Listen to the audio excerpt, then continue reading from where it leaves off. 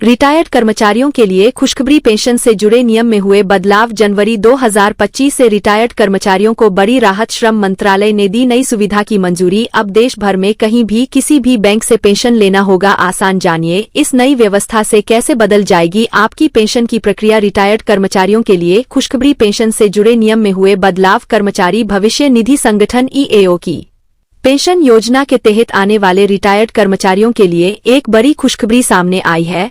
अब रिटायर्ड कर्मचारी जनवरी 2025 से किसी भी बैंक या उसकी शाखा से पेंशन प्राप्त कर सकेंगे। यह बदलाव श्रम मंत्रालय के एक नए प्रस्ताव के तहत किया गया है। श्रम मंत्री मनसुख मांडविया ने कर्मचारी पेंशन योजना ईपीएस 1995 के लिए एक केंद्रीकृत पेंशन भुगतान प्रणाली सीपीपीएस को मंजूरी दे दी है।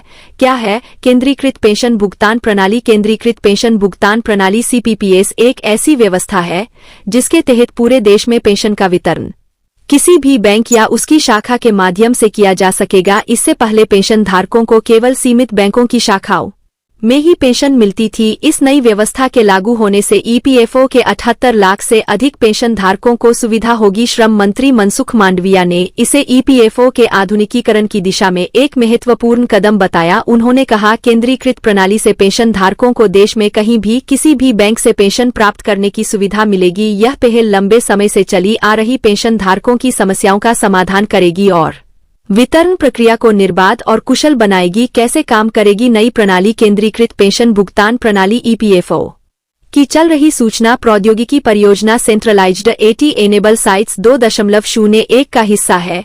यह प्रणाली 1 जनवरी 2025 से लागू होगी। इसके तहत पेंशन भोगियों को पेंशन भुगतान आदेश पीपीओ को एक कार्यालय से दूसरे कार्यालय में स्थानांतरित करने की आवश्यकता नहीं होगी। देश भर में किसी भी स्थान पर अपने गृह घर से पेंशन प्राप्त करने में सुविधा होगी। बैंक शाखा में सत्यापन के लिए जाने की जरूरत नहीं पड़ेगी।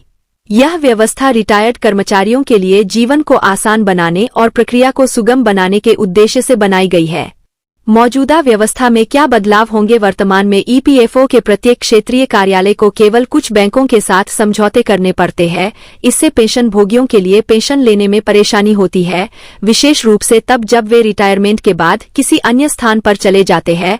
नई प्रणाली के तहत सभी बैंकों को एक केंद्रीकृत प्लेटफॉर्म से जोड़ा जाएगा। पेंशन वितरण की प्रक्रिया पूरी तरह से डिजिटल और ऑटोमेटेड होगी। ईपीएफओ को पेंशन वितरण की लागत में कमी आएगी। 78 लाख से अधिक पेंशन धारकों को लाभ। इस कदम का सबसे बड़ा फायदा ईपीएस 95 के तहत आने वाले 78 लाख से अधिक पेंशन भोगियों को होगा। खास तौर पर उन रिटायर्ड कर्मचारियों के लिए यह राहत की बात है जो अपने गृह या किसी अन्य स्थान पर बस गए हैं। यह सुविधा उन्हें निर्ध पेंशन वितरण सुनिश्चित करेगी। इसके अलावा ईपीएफओ को उम्मीद है कि इस नई प्रणाली से न केवल पेंशन प्रक्रिया तेज होगी बल्कि इसे अधिक पारदर्शी भी बनाया जाएगा। पेंशन धारकों को उनकी पेंशन समय पर और बिना किसी अतिरिक्त प्रक्रिया के प्राप्त होगी। क्या है ईपीएस 95 पेंशन बढ़ोतरी की संभावना? सरकार क्या कहती है, देखें श्रम मंत्री की टिप्पणी। मनसुख मांडविया ने कहा यह कदम ईपीएफओ को तकनीक सक्षम और उत्तरदायी संगठन में बदलने के हमारे प्रयास का हिस्सा है।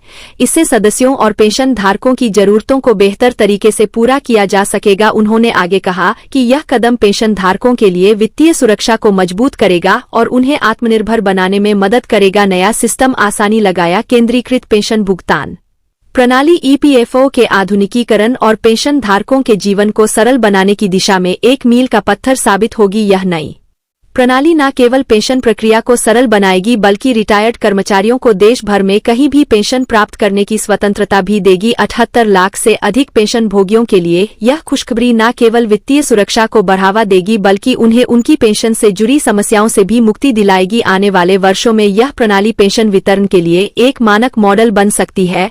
ईपीएफओ पेंशन सरकार ईपीएफ में मिलने वाली पेंशन को बढ़ाकर डबल करेगी। वित्त मंत्री ने संसद में दिया यह जवाब। ईपीएफओ पेंशन वित्त राज्य मंत्री ने कहा सरकार ने पहली बार 2014 में ईपीएस 1995 के तहत पेंशनर्स को 1000 महीना न्यूनतम पेंशन दी। लेबर मिनिस्ट्री ने ईपीएस 95 के तहत पेंशन को दोगुना करके 7000 महीना करने का प्रस्ताव दिया था, लेकिन इसे मंजूरी नहीं दी गई। ईपीएफओ पेंशन अपडेट कर्मचारी संघ की तरफ से लंबे समय से कर्मचारियों और रिटायर होने वालों के लिए कर्मियों के लिए कर्मचारी पेंशन योजना ईपीएस 1995 के तहत न्यूनतम पेंशन बढ़ाने की मांग की जा रही है।